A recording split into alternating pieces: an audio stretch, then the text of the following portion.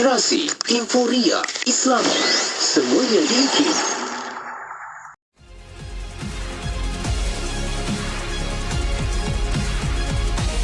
Perbezaan pendapat yang dapat kita terima supaya keadaan masyarakat itu duduk dalam keadaan harmoni dan tidak ada pergaduhan, perbunuhan. Mungkin di Malaysia tidak ada perbunuhan kerana fanatik kepada satu-satu pandangan, tapi di setengah-setengah negara ada sampai begitu terlalu fanatik kepada pandangan seseorang guru mereka, maka mereka akan berbunuhan. Jadi itulah buat permulaan dahulu Syafiq yang boleh saya kongsikan. Jelaskan doktor, bagaimanakah hari ini Islam itu sendiri?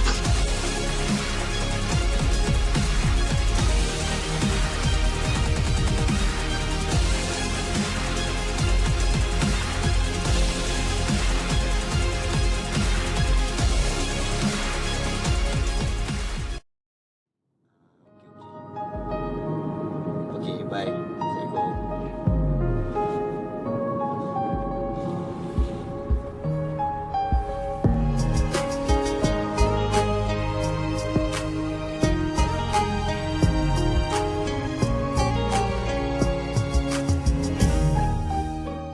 Memberikan akses kepada pendidikan termasuk menerusi inisiatif sekolah dalam hospital bagi memberikan peluang pelajar uzur menyertai sesi pembelajaran serta pelajar sekolah integriti dan sekolah Henry Gani juga mendapat akses pendidikan walaupun berada dalam pusat korektif dan menjalani hukuman.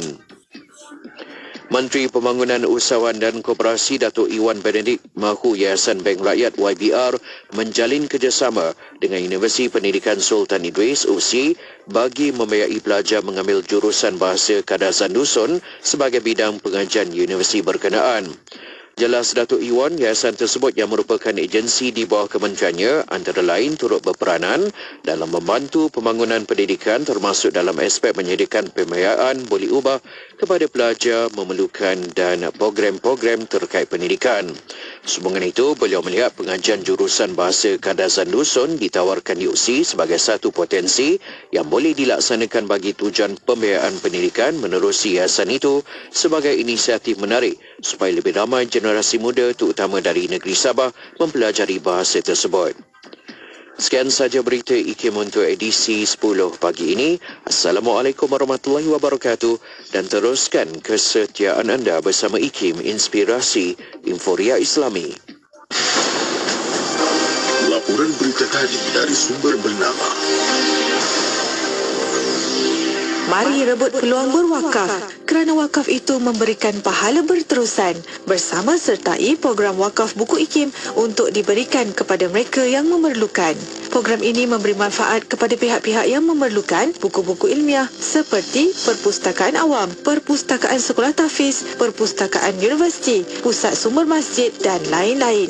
Sekiranya anda berminat untuk menyertai program wakaf buku IKIM ini, hubungi atau WhatsApp 011-5769-5400 untuk tahu kaedahnya. Wah, abang beli kereta baru ke? Cantik tak sayang? Cantik. Bolehlah bawa saya dan anak jalan-jalan. Jomlah naik. Abang bawa pergi jalan-jalan nak. Abang, tak perlu pakai tali pinggang kedah ke? Alah, dekat je. Depan tu je. Anak ibu yang cantik ni duduk atas ibu-ibu ya? Pasangkan tali pinggang kedah dan pakaikan kerusi kanak-kanak. Pandu cermat sampai selamat. Pesanan khidmat masyarakat ini dibawakan oleh Jabatan Pengangkutan Jalan. Lahad Dartu 107.3 FM. Bismillahirrahmanirrahim. Bismillahirrahmanirrahim. Bismillahirkafi. Bismillahirmuafi.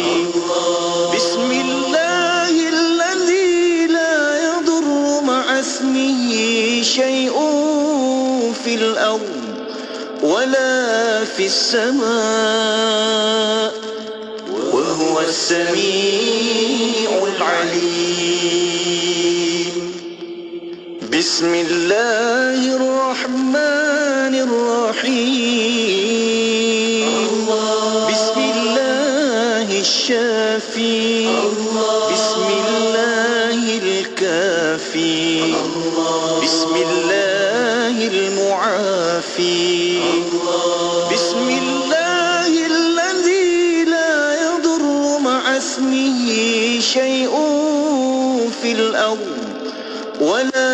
في السماء وهو السميع العليم بسم الله الرحمن الرحيم بسم الله الشافي بسم الله الكافي بسم الله المعافي بسم الله الذي لا يضر مع اسمه شيء في الأرض ولا في السماء وهو السميع العليم بسم الله الرحمن الرحيم بسم الله الشافي بسم الله الكافي بسم الله المعافي بسم الله الذي لا يضر مع اسمه شيء في الأرض ولا في السماء وهو السميع العليم بسم الله الرحمن الرحيم بسم الله الشافي بسم الله الكافي بسم الله المعافي بسم الله الذي لا يضر مع اسمه شيء في الأرض ولا في السماء وهو السميع العليم. Stream Radio IKIM di mana sahaja anda berada. Layari laman web www.ikim.my atau muat turun aplikasi Radio IKIM di Google Play Store dan Apple App Store. Terkini, Radio IKIM turut boleh didengari menerusi aplikasi Audio Plus dan MyTV mana-mana. Buat turunnya sekarang menerusi Google Play Store, Apple App Store dan Huawei Apps Gallery. Selami ilmu untuk kehidupan kita seharian bersama Syafiq Saleh di Aspirasi 10.1. IKIM, Inspirasi Euforia Islami. Pilihan yang terbaik bersama Radio IKIM, Radio Islami nombor 1 di Malaysia. Assalamualaikum warahmatullahi wabarakatuh. Alhamdulillah, kita dapat lagi bersama-sama di Aspirasi 10.1. Saya Syafiq Saleh temankan anda selama 3 jam ini. Terima kasih kepada tim Warna Pagi yang dah pun sama-sama temankan sahabat pendengar dari 6 pagi tadi sampai 10 pagi ni. Jadi kita akan teruskan lagi dengan pengisian selanjutnya. InsyaAllah kejap lagi ada rancangan syariah dan perundangan. Dengar, tonton dan hayati sama-sama untuk dapatkan lagi manfaatnya. Okey, dan selamat bertugas, selamat bekerja untuk anda dengan cara masing-masing. Apa pun jua, fokus, tekun dan usaha sebaik-baiknya. Okey, sebab kita usahalah dahulu, jangan risau dan jangan khawatir tentang hasilnya, sebab Allah itu Maha Adil. Pasti ada kejayaan bagi orang yang berusaha, insya-Allah. Nah, okey, tenang-tenang saja dan rancang sebaik mungkin laluan kehidupan kita ini. Semoga semuanya penuh berkat dari Allah Subhanahu Wa Taala. Baik, jom kita berhibur dahulu bersama dengan lagu Iqra dari Imam Muda Nazrul dan juga Syuk Aziz. Kekal bersama IKIM, Radio Islami nombor 1 di Malaysia. Jauh mana kau sadari tujuan kewujudan dirimu di dunia yang sementara terpenuhkan noda dusta. Bacalah jalanmu kan terang, ikhlaskan hidupmu kan indah, biar sukar manapun nanti tetap kau teguh berdiri.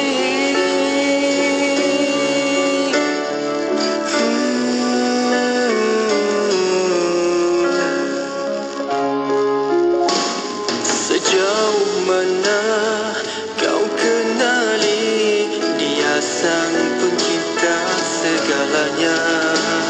Sebesar apakah kasih sayangnya, dapatkah kau merasakan? Bacalah kan terang, ikhlaskan. Hidup bukan indah, biar sukar manapun nanti, tetap kau teguh berdiri. Bacalah, nanti kau kan tahu betapa kau perlukan dia melalui dan menjalani hidupmu selamanya.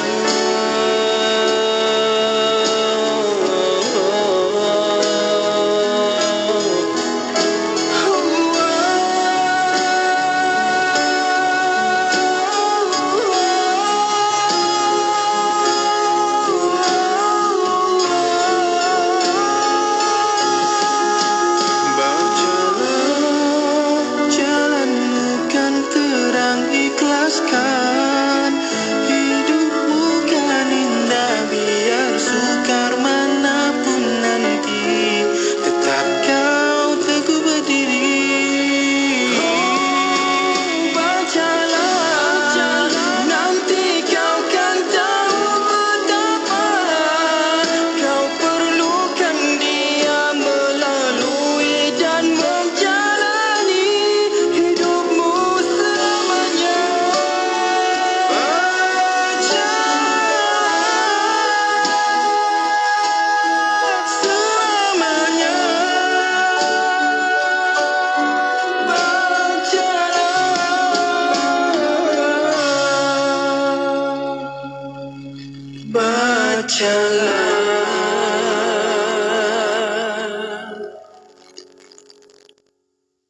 Dia datang lagi. Apa?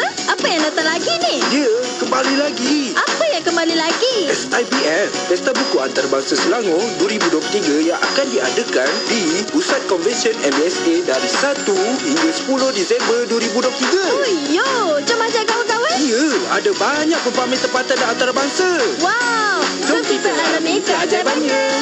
Selangor International, Selangor bukan arti namanya.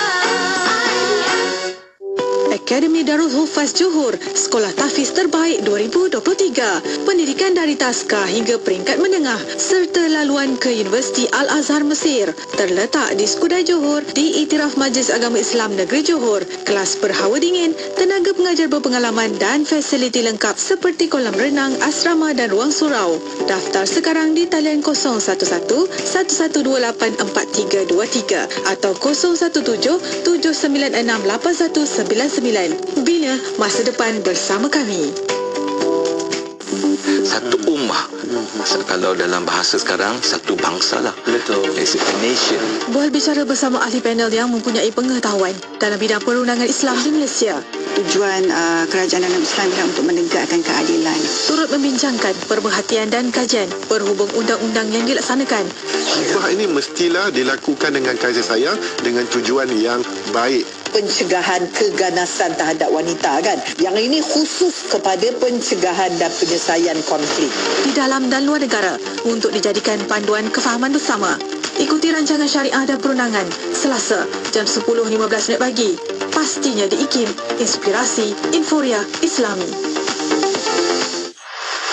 Stream Radio IKIM di mana sahaja anda berada. Layari laman web www.ikim.my atau muat turun aplikasi Radio IKIM di Google Play Store dan Apple App Store. Terkini, Radio IKIM turut boleh didengari menerusi aplikasi Audio Plus dan MyTV mana-mana. Muat turunnya sekarang menerusi Google Play Store, Apple App Store dan Huawei Apps Gallery. Allahumma salli ala Sayyidina Muhammad wa ala alihi wa sahbihi wa barik wa sallim. Assalamualaikum warahmatullahi wabarakatuh. Selamat pagi kepada anda. Saya Syafiq. Saya berada di Aspirasi 101 dan kita bersiaran di rancangan syariah dan perundangan di awal pagi Selasa ni. Jom sama-sama kita nak dengarkan lagi perkongsian ini. Boleh belajar dan juga faham sama-sama tentang undang-undang syariah, perlembagaan kita macam mana kan. Jom kita sama-sama dapatkan di sini. Tapi tak cukup di frekuensi Radio IKIM. Kita ada juga sebarkan secara langsung kita di Facebook Facebook Live juga di YouTube Live IKIM. Anda boleh berada di situ, like, comment, share, follow rapat-rapat, okey, untuk kita ikuti lagi perbincangan yang penuh manfaat ini. Dan seperti biasa, jadual kita untuk setiap hari Selasa dan juga awal minggu pertama ni dalam setiap bulan ni, kita dengarkan perkongsian bersama tetamu kita, iaitu yang berbahagia Profesor Madya Datuk Dr. Muhammad Azam bin Muhammad Adil, Ketua Pengarah Institut Kefahaman Islam Malaysia IKIM, yang dapat ada di konti kita. Jom nak mengalu-alukan kehadiran Datuk. Assalamualaikum. Waalaikumsalam warahmatullahi wabarakatuh. Apa khabar Syafiq? Khabar baik. Kan, masya-Allah. Syukur.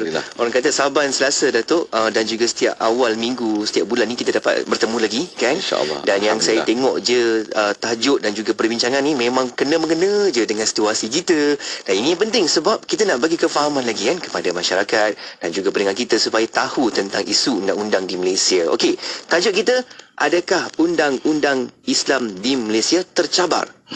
Itu yang mana kita nak buka laluan perbincangan ni, sebab kita nak tahu juga, Datuk, apakah kedudukan undang-undang Malaysia ni dengan melihat kepada peruntukan undang-undang yang ada dalam Perlembagaan Persekutuan. Macam mana, Datuk? Silakan. Baik, terima kasih Syafiq. Assalamualaikum warahmatullahi wabarakatuh. Alhamdulillah kita dapat bersualah pada pagi ini. Betul. Para pendengar dan juga penonton radio IKIM. Sebenarnya bila kita bercakap tentang undang-undang Islam, dan sekarang ni banyaklah kedengaran di luar sana seolah-olah menyatakan bahawa undang-undang Islam di Malaysia tercabar. Apakah benar itu dakwaan? Perkara ni saya dah banyak kali dah bercakap sama ada platform dalam radio ini maupun di platform yang lain, dalam seminar, dalam forum, dalam penulisan. Saya kira kita perlu mengulangi perkara ini supaya masyarakat dapat memahami. Kita semua tahu bahawa kita mempunyai perlembagaan persekutuan yang merupakan undang-undang tertinggi negara. Yang ini berkuat kuasa mulai 31 Ogos 1957. Dan semua kita tahu bahawa perkara 4/1 memberi peruntukan bahawa perlembagaan ini merupakan undang-undang tertinggi. Mana-mana sahaja undang-undang yang digubal maupun di Parlimen maupun di Dewan Undangan Negeri selepas 31 Ogos 1997 dan ia bercanggah dengan perlembagaan, maka dia akan terbatas setakat mana percanggahan tersebut. Tak kiralah undang-undang yang dibuat di Parlimen maupun undang-undang di Dewan Undangan Negeri. Itu kita kena faham.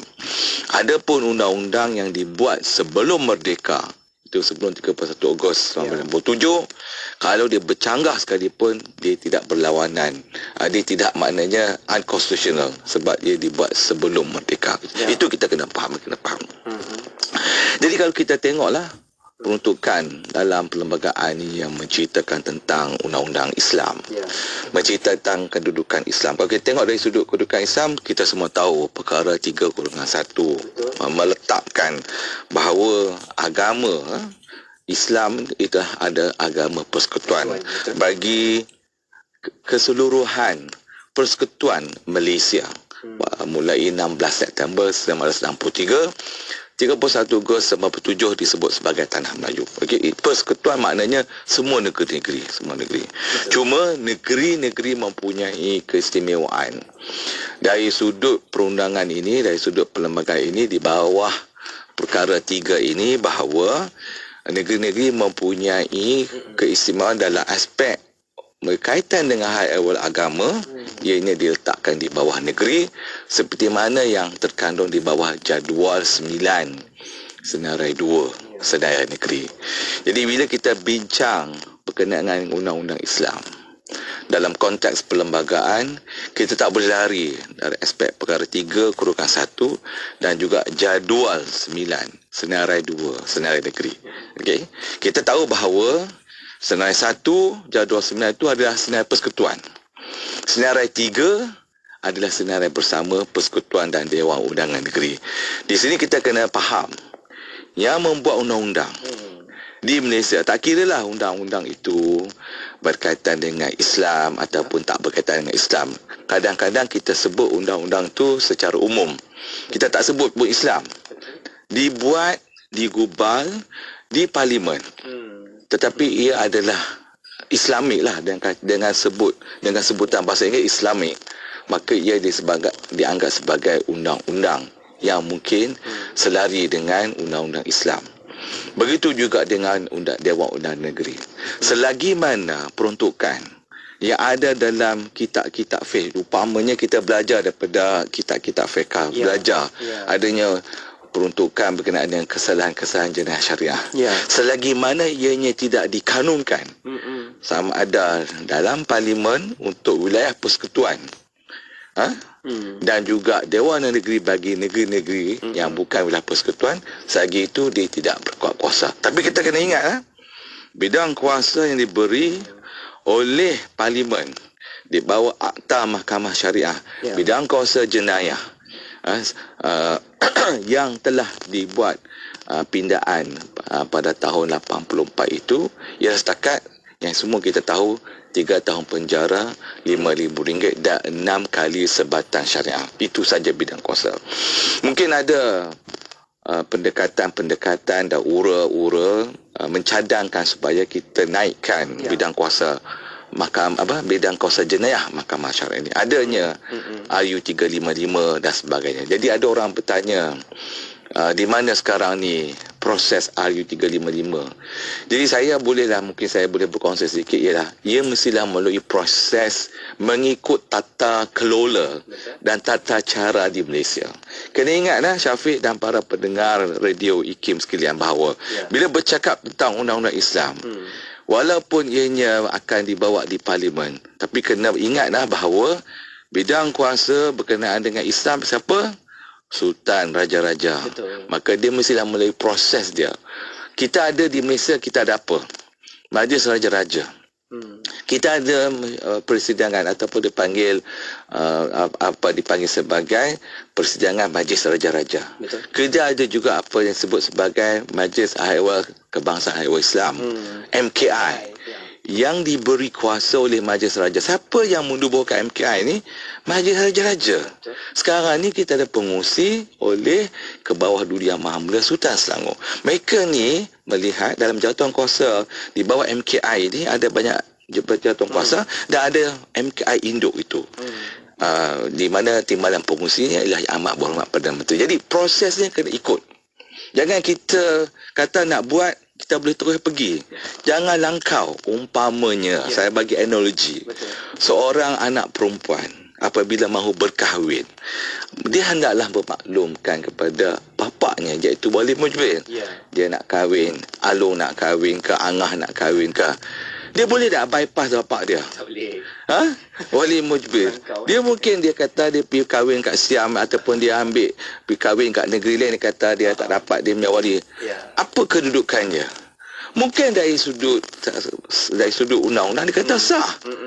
Tapi dalam aspek moral dia, undang-undang moral dia, sebagai seorang anak yang dipelihara, dididik daripada kecil, di mana moral. Jadi dalam hal ini berkaitan dengan undang-undang Islam, dia mestilah kita pergi kepada raja-raja. Jangan kita bypass pada raja-raja. Ini sangat penting. Jadi Syafiq, kalau kita melihat undang-undang jenayah syariah di Malaysia ni, dia sebenarnya bukan bermula 31 Ogos 1957. Bukan bermula dengan perlembagaan ini. Undang-undang jenayah syariah di Malaysia ni, dia sudah lama wujud. Yang dia diwarisi semenjak daripada hukum kanun Melaka. Yang kita tahu bahawa daripada hukum kanun Melaka tu lahirnya Undang-Undang 99 Perak, lahirnya Undang-Undang Pahang, lahirnya Undang-Undang Johor. Ada juga disebut sebagai Undang-Undang Laut Melaka dan sebagainya. Jadi peruntukan-peruntukan yang dalam hukum kanun Melaka ni, sebagai contohnya saya ambil contoh di sinilah. Apa kita nak kata dalam hukum kanun Melaka? Tak ada. Hudud ada dalam hukum kanun Melaka. Berkaitan dengan sadikah mencuri, berkaitan dengan ridah murtad, berkaitan dengan qazaf, berkaitan dengan minum memabukkan. Kena ingat tak sebut al-khamru. Al-khamru tu ialah meminum perhan anggur yang memabukkan. Jadi kita sebut minuman-minuman yang memabukkan. Tak kira lah ketum ke apakah yang boleh memabukkan kan. hirabah, dia merompak. Kemudian buruh ataupun pemberontak. Ini ada dalam hukum kanun Melaka yang juga dimasukkan dalam peruntukan-peruntukan yang kita ada. Pergilah kita tengok semua elemen jenayah syariah di negeri, termasuk dia persetujuan, peruntukan-peruntukan ini ada, cuma hukumannya itu tidak sampai mengikut kesalahan hudud. Begitu juga dengan kisah dalam hukum kanun Melaka ada. Okey. Dalam hal yang sama kita ada juga undang-undang takzir. Jadi dalam hal ini kalau kita tengok ada elemen jenayah syariah di Malaysia, semua negeri termasuk persekutuan. Oh, saya pernah tanya kawan-kawan saya yang belajar di Mesir, belajar di Jordan, ada tak di sana peruntukan berkenaan dengan khalwat? Orang satu pasangan yang bukan suami isteri ditangkap, dia bersekudukan dalam bilik. Berdua saja. Dia kata di Mesir tak ada, di Jordan tak ada. Tapi di Malaysia ada. Di mana punca bidang kuasa ataupun peruntukan ini wujud? Ialah mengikut kita punya kelaziman kita. Kita kena ingat budaya orang Melayu begitu halus, begitu sopan. Kerana itu Pernah dengar adab ni. satu kampung, kalau anak kita buat perangai, satu kampung tahu kita tak tahu nak letak muka kita di mana. Kerana itu di Malaysia kita punya adat dalam kehidupan kita, kita memang kata nak jaga kita punya maruah, kita punya kedudukan. Orang tak puasa di siang hari di bulan Ramadan, makan di khalaq ramai. Ada tak berlaku di Turki? Turki sebab dia negara sekular, walaupun Islam dia mungkin sekarang lebih kuat. Ada tak undang-undangnya di Mesir? Ada tak undang-undangnya di Jordan? Saya kurang pasti sebab saya tidak tanya soalan itu berkawan. Tapi kalau di Malaysia, tak. Kalau awak makan di bulan Ramadan di siang hari di khalaq ramai, itu ada satu kesalahan yang boleh didakwa dan dikenakan hukuman. Mana datangnya? Inilah kerukunan hidup bermasyarakat sesama agama di Malaysia yang kita warisi sejak zaman berzaman. Okey, Syafiq, dalam hal ini kerana itu apabila kita melihat perlembagaan kita di bawah tafsiran 160 kurungan 2, dia mentakrifkan bahawa seseorang Islam itu apa dia? Dia mestilah seorang Melayu. Seorang Melayu itu siapa dia? Mesti nombor satu dia beragama Islam. Kemudian dia bercakap bahasa Melayu, dan yang ketiga dia mengamalkan adat istiadat Melayu. Kerana itu kita ada setengah-setengah negeri Jabatan Agama atau Majlis Agama Islam dan adat istiadat Melayu. Dia masukkan setengah tidak ada. Ini menunjukkan bahawa kita tak boleh pisahkan apa yang telah kita warisi daripada zaman berzaman dalam aspek kita nak mewujudkan apa sahaja kesalahan jenayah, terutama sekali yang melibatkan takzir. Adapun hudud dan kisah itu sudah ditetapkan, tapi takzir ini boleh pemerintah membuat undang-undang tersebut. Jadi dalam hal ini kalau kita lihat dalam perlembagaan kita di bawah bahagian 1 dan 2 jadual keempat menerusi perkara 37, kita melihat bagaimana lafaz. Saya dah sebut banyak kali lafaz, sumpah yang di-Pertuan Agong dan timbalan yang di-Pertuan Agong serta raja-raja di peringkat negeri menyaksikan bahawa mereka memelihara agama Islam, dan yang paling penting termaktub dalam perlembagaan di bawah perkara 38 tentang fungsi dan peranan Majlis Raja-Raja yang bukan sahaja memilih yang di-Pertuan Agong dan timbalan yang di-Pertuan Agong, tapi untuk memastikan Islam terpelihara, undang-undang Islam terpelihara. Tidak wujud sedetik pun saat waktu Raja-Raja Melayu bahawa Islam itu tercabar, undang-undang Islam tercabar, kerana mereka akan memastikan bahawa kedudukan Islam dan kedudukan undang-undang Islam seperti mana kita telah warisi sejak Kesultanan Melayu Melaka, sejak hukum kanun Melaka itu wujud sehingga hari ini sampai bila-bila. Syafiq. Kan?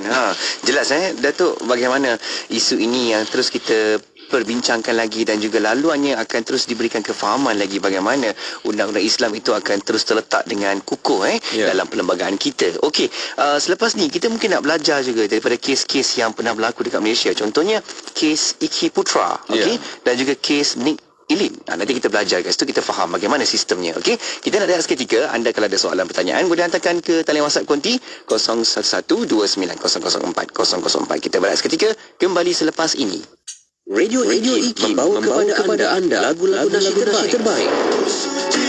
Di pandangan mata, dalam budi, dalam kata-kata,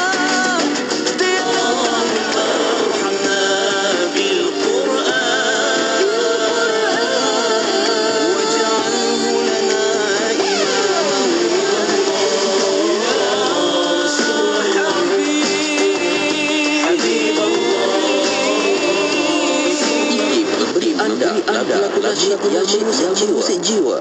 IKIM, inspirasi Inforia Islami.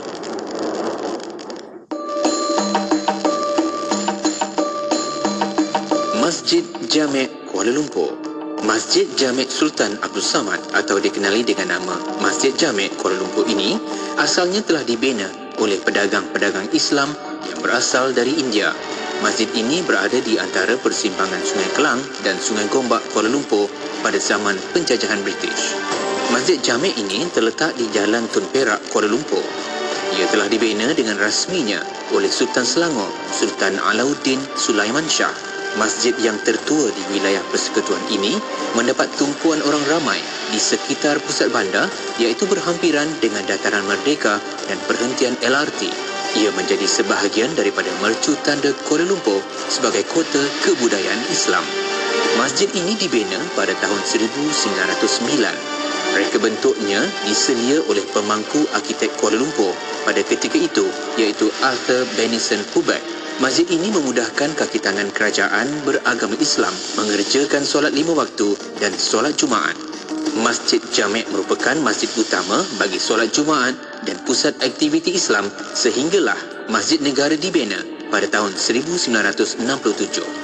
Reka bentuk masjid ini menurut tata rajah tradisional India Utara dengan dewan solat terbuka ke arah laman tertutup atau sahan.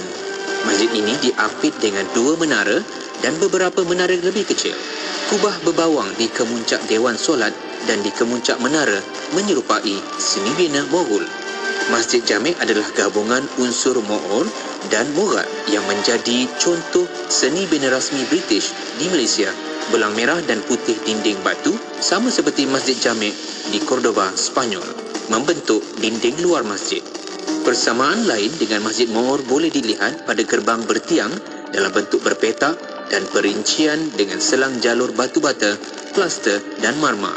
Pada tanggal 23 Jun 2017, dengan rasminya, masjid ini telah ditukarkan nama dengan nama baru, iaitu Masjid Jamek Sultan Abdul Samad Kuala Lumpur yang telah dimasyhurkan oleh Kebawah Duli Yang Maha Mulia Tuanku Sharifuddin Shah Ibni Almarhum Sultan Abdul Aziz Sultan Selangor. Kita pergi tidur, kita pergi parking, kita pergi hotel, kita pergi mesyuarat. Balik-balik tengok tenggelam dah kereta kita. Tak boleh nak kata apa. Itu adalah bencana alam. Tengok sajalah, jangan buat apa-apa. Alam sistem out totally. Jadi immobilizer out. Langsung semua out. Bateri dah kong habis dah. Kalau boleh tarik, tariklah. Jangan cuba nak hidup-hidupkan.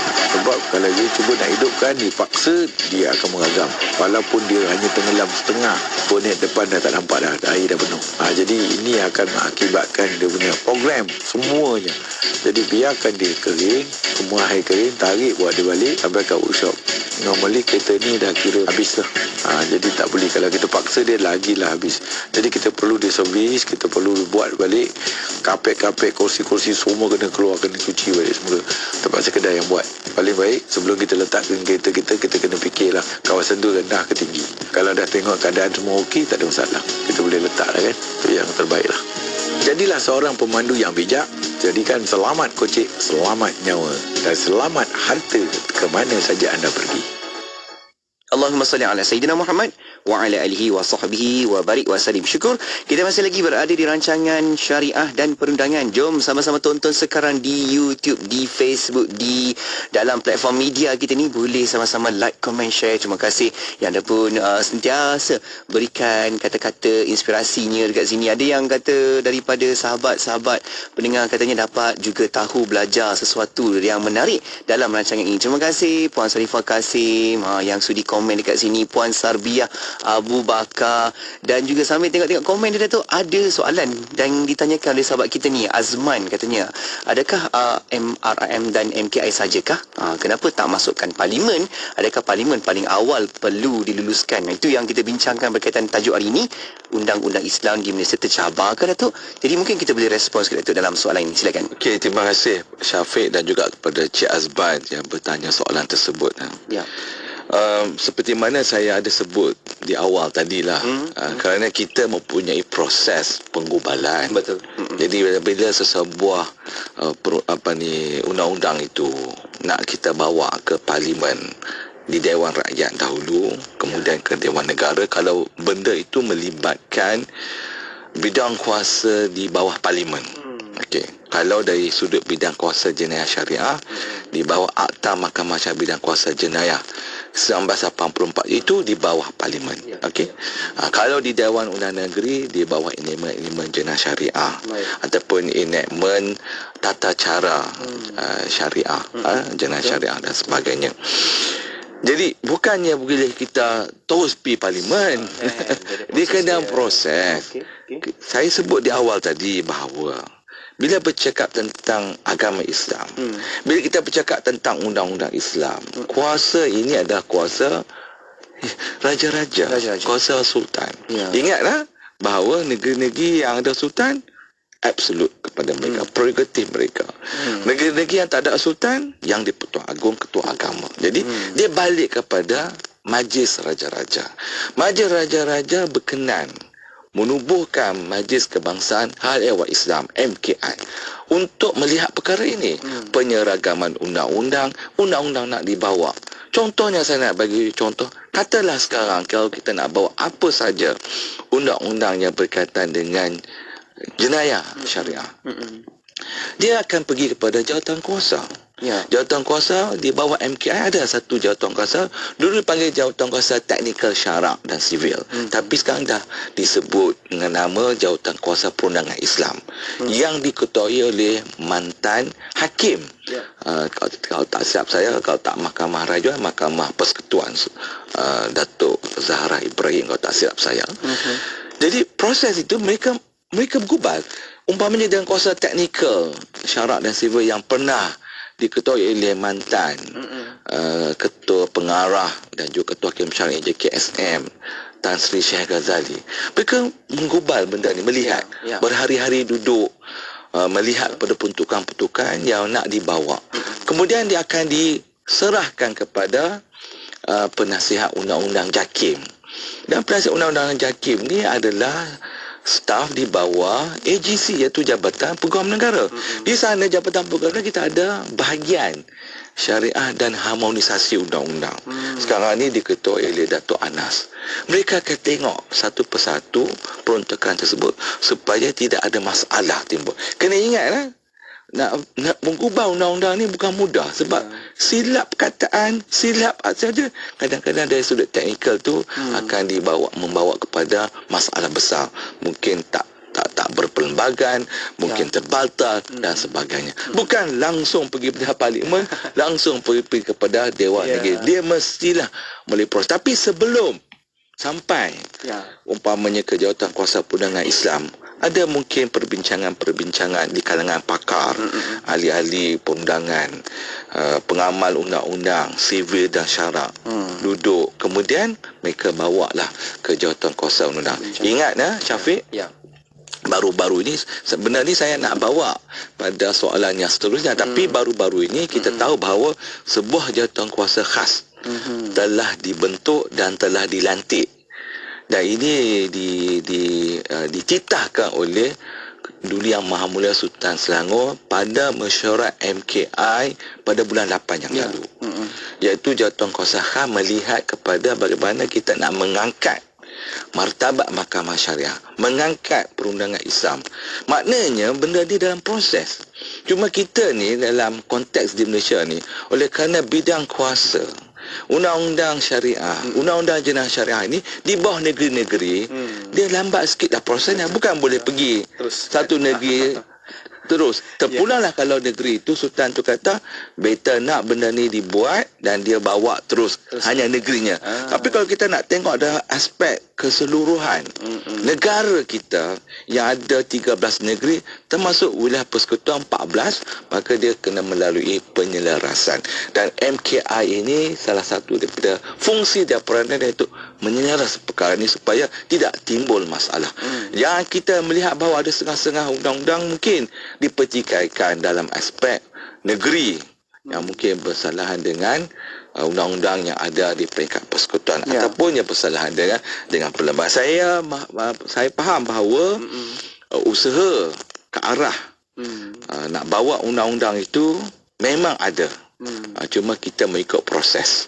Selepas jawatan kuasa perundangan itu membawa draft tersebut, dia akan pergi kepada proses seterusnya. Akhirnya mesyuarat MKI.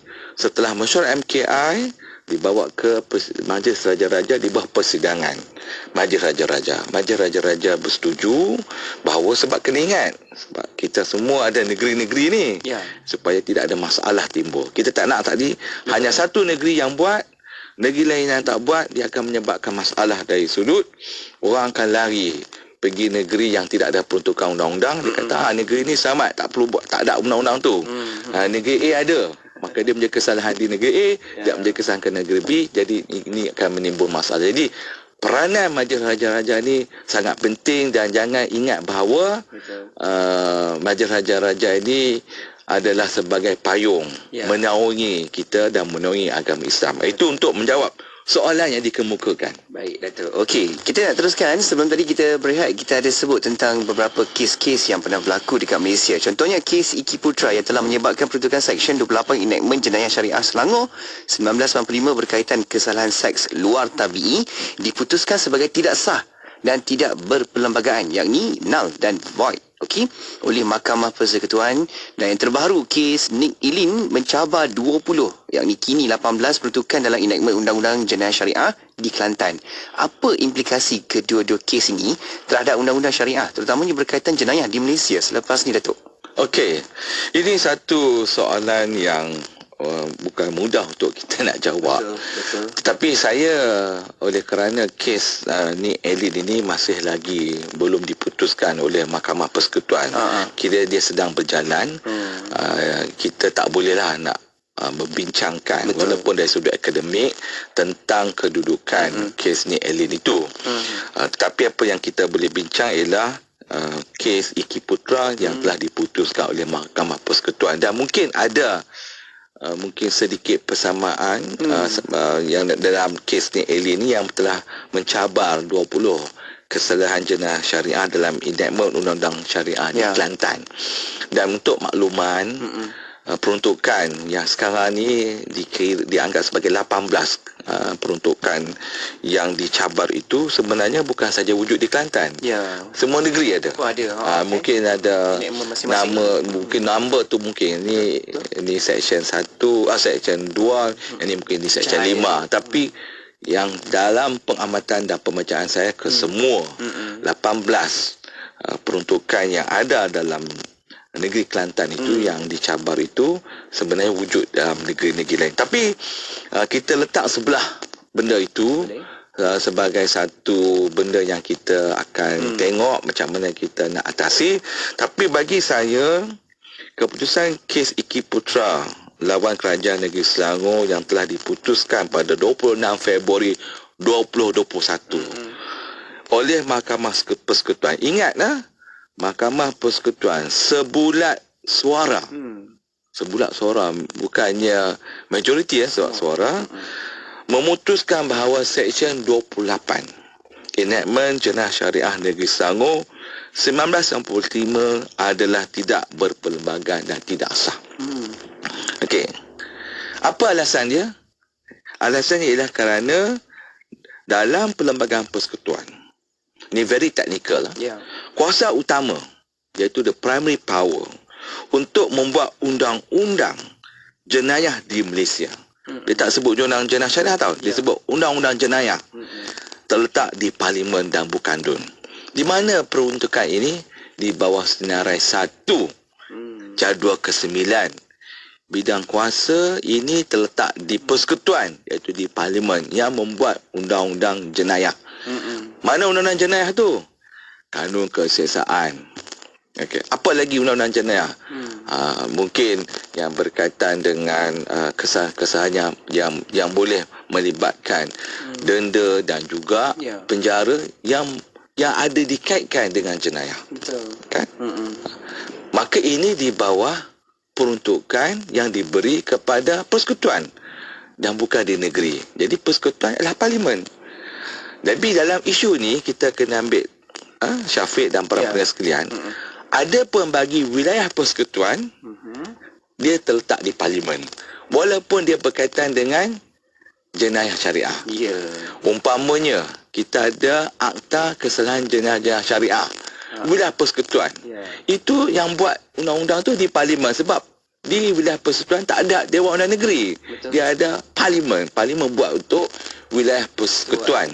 Wilayah persekutuan Kuala Lumpur, Labuan dan Putrajaya. Untuk negeri Dewan Negeri. So dalam kes Iki Putra, dia kata bidang kuasa ni bukan bawah DUN. Bidang kuasa ni di bawah parlimen. Badan Perundangan Negeri, iaitu Dewan Undangan Negeri, hanya boleh membuat undang-undang yang tidak termasuk dalam kuasa utama parlimen, seperti mana yang saya sebut di bawah jadual ke-9 senarai 2 senarai negeri. Kerana di bawah jadual ini DUN hanya boleh membuat undang-undang berkaitan dengan ini istilah dia lah, pengwujudan dan penghukuman kesalahan yang dilakukan oleh orang yang menganut agama Islam terhadap perintah agama itu. In English, creation and punishment of offences by persons professing the religion of Islam against precept of Islam. Inilah yang menjadi isu pentafsiran oleh Mahkamah Persekutuan secara sebulat suara itu. Apa yang dimaksudkan dengan ini? Ini creation and punishment of offences by persons professing the religion of Islam against precept of Islam. Cuma dalam hal ini Mahkamah Persekutuan dalam kes Iki Putra membuat keputusan, dia kata kecuali berkenaan dengan perkara termasuk dalam senarai persekutuan. Jadi Dewan Undang Negeri boleh buat apa sahaja undang-undang berkaitan dengan ini against the precept of Islam, tetapi kecuali dalam senarai persekutuan yang ini yang disebut sebagai preclusion clause. Preclusion clause. Kerana itu kalau kita lihat jadual ke-9 dalam senarai 2 senarai negeri juga dihadkan oleh preclusion clause. Maka Mahkamah Persekutuan bersetuju bahawa kesalahan persetubuhan dengan apa disebut bertentangan dengan hukum tabi'i. Kalau bahasa kita liwat lah. Kalau bahasa Inggeris sebut sodomi lah. Adalah satu kesalahan yang melanggar precept of Islam dalam jadual ke-9 senarai 2 senarai negeri. Dia kata. Tetapi ianya terhalang oleh preclusion clause tersebut. Preclusion clause ni mana? Senarai 1. Sebab data ini bukan bidang kuasa awak, ini bidang kuasa persekutuan, itu di bawah parlimen. Oleh yang demikian, Seksyen 377 dan Seksyen 377A Kanun Kesiasaan sudah pun meliputi kesalahan jenayah persetubuhan bertentangan dengan hukuman tabi'i. Maka Dewan Undangan Negeri Selangor tidak mempunyai kuasa untuk membuat Seksyen 28 Enactment Jenayah Syariah Selangor 1965. Jadi Syafiq dan para pendengar sekalian, this is very technical. Kalau cakap biasa memang tak faham. You have to understand word by words peruntukan tersebut, apa dia maksud sebagai preclusion clause. Memang dia kata kesalahan melakukan seks bertentangan hukuman tabing itu dia kata memang satu kesan yang melanggar prinsip Islam, betul. Tetapi dia kata dia terkeluar daripada bidang kuasa untuk membuat undang-undang tersebut oleh Dewan Undangan Negeri di bawah preclusion clause tersebut. Ini kena faham. Dia tak kata tak sebahagian pada jenayah syariah, dia aja. Tetapi para Syafiq dan para pendengar sekalian, bagi saya, kalau saya melihatlah ke belakang sedikit, kita pernah ada kes Sukma Darmawan. Ini kes ni lama lah. Yang mungkin kita boleh ambil perkiraan dengan kes Iki Putra ini. So dalam kes Sukma Darmawan lawan Ketua Pengarah Penjara Malaysia pada masa itu, Mahkamah Persekutuan memutuskan bahawa Seksyen 377A yang disebut juga dalam kes Iki Putra ini, Kanun Kesesaan dan Seksyen 25 Akta Kesan Jenayah Syariah Wilayah Bidang Persekutuan 1997 yang mempunyai persamaan dengan Seksyen tadi 28 Enakmen Jenayah Syariah Selangor 1995, bahawa kedua-dua Dewan Undangan Negeri dan Parlimen mempunyai kuasa dalam hal ini. Begitu juga kedua-dua mahkamah, Mahkamah Sivil dan Mahkamah Syariah mempunyai bidang kuasa untuk mendengar kes yang melibatkan sodomi ataupun liwat ataupun disebut sebagai melakukan persetubuhan bertentangan dengan hukum tabi'i. Dan kedua-dua peruntukan ini dalam kes Sukma dia kata ada berperlembagaan, iaitu konstitusional. Tetapi pendekatan ini tidak diterima dalam kes Iki Putra.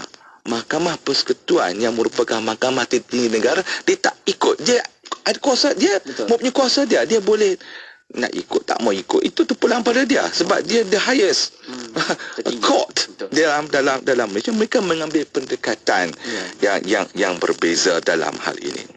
Jadi dengan keputusan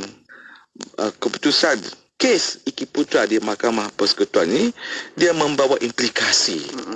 Ini saya punya pembacaan saya terhadap beberapa peruntukan kesan jenayah syariah yang lain yang ada dalam Kanun Kesesaan dan juga ada dalam jenayah syariah negeri-negeri, termasuk di Kelantan, termasuk di wilayah persekutuan, seperti sumbang muhram. Sumbang muhram ni ada dalam Kanun Kesesaan, ada dalam Enakmen Jenayah Syariah. Pelacuran ada dalam kedua-dua undang-undang. Hubungan jenis antara yang sama jantina. Tadi sodomi iaitu laki dengan laki. Kalau laki dengan perempuan yang bukan mahram tapi melakukan liwat terhadap perempuan tersebut, dianggap juga sebagai satu kesalahan. Perbuatan tidak sopan di tempat awam. Ini semua ada dalam Kanun Kesesaan. Maka kalau kita melihat kepada pendekatan yang diputuskan oleh kes Iki Putra, kesalahan-kesalahan yang saya sebut sebentar tadi boleh dianggap bercanggah dan berlawanan dengan perlembagaan persekutuan seperti yang tersenarai di bawah senarai 1 Senarai Persekutuan Jadual ke-9. Jadi saya minta maaf lah, very technical, tapi saya terpaksa inilah. Tak boleh nak cerita syarah ceramah ni sebab dia very technical. Orang yang faham undang-undang saja yang boleh faham betul-betul benda ni. Jadi kalau kita yang tak faham ni, mulai kita kata apakah ini undang-undang Islam tercabar disebabkan ini, kita kena faham dia punya peruntukan itu word by word supaya kita boleh faham. Kerana itu bagi saya, bagi mereka yang mungkin kurang faham, dia kena pergi duduk dengan orang yang ada kemahiran, ada kepakaran undang-undang, jelaskan. Saya cuba sedaya upaya nak memberi penjelasan ni untuk orang awam. Tapi dalam bab ini, bila masuk peruntukan preclusion clause ini, tak boleh saya nak elakkan sebab itu very very technical lah, very technical. Syafiq dan para pendengar sekalian, mengambil contoh isu semakan kehakiman dalam kes SIS Forum pada tahun 2022, Mahkamah Persekutuan memutuskan Seksyen 66A Enakmen Undang-Undang Pentadbiran Islam 2003 pindaan 2015 Selangor adalah tidak berperlembagaan dan terbatal. Kerana DUN tidak diberi kuasa bagi membuat undang-undang bagi semakan kehakiman, dan hanya Mahkamah Sivil diberi kuasa untuk berbuat demikian walaupun melibatkan hak ehwal Islam. Ada orang pertikaikan, kenapa hanya Mahkamah Sivil saja, terutama sekali kalau kita bercakap tentang Mahkamah Tinggi Sivil dan Mahkamah Rayuan dan Mahkamah Persekutuan mempunyai kuasa untuk membuat semakan kehakiman. Sebab dalam Seksyen 66A yang dibuat pindaan di Selangor itu, dia memberi kuasa semakan kehakiman. So Mahkamah Persekutuan tak bersetuju. Dia kata no, Dewan Negeri tidak boleh membuat undang-undang tersebut, ia terbatal. Kerana kalau kita tengok dalam perkara 128 Perlembagaan Persekutuan, dia memberi kuasa kepada Mahkamah Sivil, hakim Mahkamah Sivil untuk mentafsir undang-undang. Bukan hakim Mahkamah Syariah. Tidak diberi peruntukan tersebut untuk mentafsir peruntukan-peruntukan yang ada. Sama ada dia itu bersalahan, berlawanan ataupun tidak. Kerana itu penting kita memahami perkara ini supaya kita tidak mengambil satu pendekatan yang orang panggil sembrono, mengatakan bahawa ini tidak selari dengan undang-undang Islam. Jadi Syafiq dan para pendengar sekalian, bagi saya implikasi kedua-dua kes Iki Putra dan Sis Forum ini, peruntukan kesalahan jenayah syariah juga wujud dalam kanun keesasaan, dan kemungkinan dalam kes ni Elin ni telah memberi kita satu gambaran, ia boleh dicabar. Jadi bagi saya kes Iki Putra itu satu kes yang penting, yang perlu kita patutnya daripada 2021 lagi, bukan sekarang. Patutnya 2021 lagi pergi di Istana Kehakiman, berhimpun beramai-ramai, suarakan kita tak bersetuju. Bukan kes ni Elin saja. Jadi kenapa kita memilih pada tahun 2021, mungkin kita kata satu ada COVID, jadi tak boleh pergi. Jadi tak apalah, tapi kita bersuara. Bersuara. Sama saja, bagi saya tidak ada beza. Kita kena bersuara. Jadi kita ambil platform pendekatan bahawa kita boleh atasi perkara ni secara harmoni. Syafiq dan para pendengar sekalian, apa yang saya nak nyatakan di sini bahawa kita tak boleh nak buat satu prediction apakah keputusan yang akan diputuskan dalam kes ni Elin yang mencabar 18 peruntukan dalam enakmen jenayah syariah. Tetapi bagi saya, kalau tanya saya lah, secara peribadilah, sebagai seorang yang telah mendalami perkara ini daripada saya student lagi, tahun 80-an sampai sekarang ni, saya suka kalau dapat pendekatan Sukma Darmawan. Itu diterima. Jadi dia lebih harmoni. Tapi ini bukan maksud saya apa yang diputuskan oleh Mahkamah Persekutuan, with due respect to them, mereka pun, tak maaf mereka pula, mereka juga mempunyai kefahaman mereka dalam mentafsirkan peruntukan undang-undang yang ada. Kerana itu bagi saya, kalau kita lihat, saya tak tahu kita masa tak ada ni untuk saya tak pergi, kita tak sempat nak pergi soalan yang ketiga, tapi saya terus nak sambung sikit tentang itu, iaitu kalau kita melihat kanun keesasaan. Pada hemat saya, apabila saya membaca tulisan Prof. Ahmad Ibrahim almarhum, dia kata sudah 70% dia memenuhi Islam. Maka kalau kita melihat kanun keesasaan itu terpakai kepada orang Islam dan bukan Islam, dan hukumannya lebih berat, umpamanya dalam kes tadi sodomi, liwat, melakukan seks luar tabi, hukumannya lebih berat daripada 356 yang ada dalam Mahkamah Syariah. Maka dalam hal ini saya melihat buat masa sekarang kes-kes banyak yang dibawa ke mahkamah, di Mahkamah Sivil, kes-kes liwat, kes-kes hubungan luar tabi ini banyak dibawa ke muka pengadilan di Mahkamah Sivil berbanding dengan Mahkamah Syariah. Cuma masa kes Iki Putra tu ada satu kes yang terpencil yang dibawa. Tapi itu satu benda platform bagi kami orang akademik, bagi saya satu benda yang baik untuk kami nak tengok kesahihan undang-undang tersebut, dan kita berdoa bahawa pendekatan yang harmoni, yang kita boleh kita ikut prosedur supaya keadaan negara kita aman. Dan slogan yang mengatakan bahawa undang-undang Islam tercabar, undang-undang Islam akan runtuh, bagi saya itu kurang tepat. Kita sama-sama kalau dapat pihak eksekutif membawa peruntukan, bawa ke Parlimen Dewan Rakyat setelah melalui proses yang saya sebut tadi, Jawatan Kuasa Perundangan Islam, MKI, Majlis Raja-Raja, kita bawa untuk persetujuan setelah diperkenalkan oleh Raja-Raja Melayu ke Parlimen untuk buat pindaan.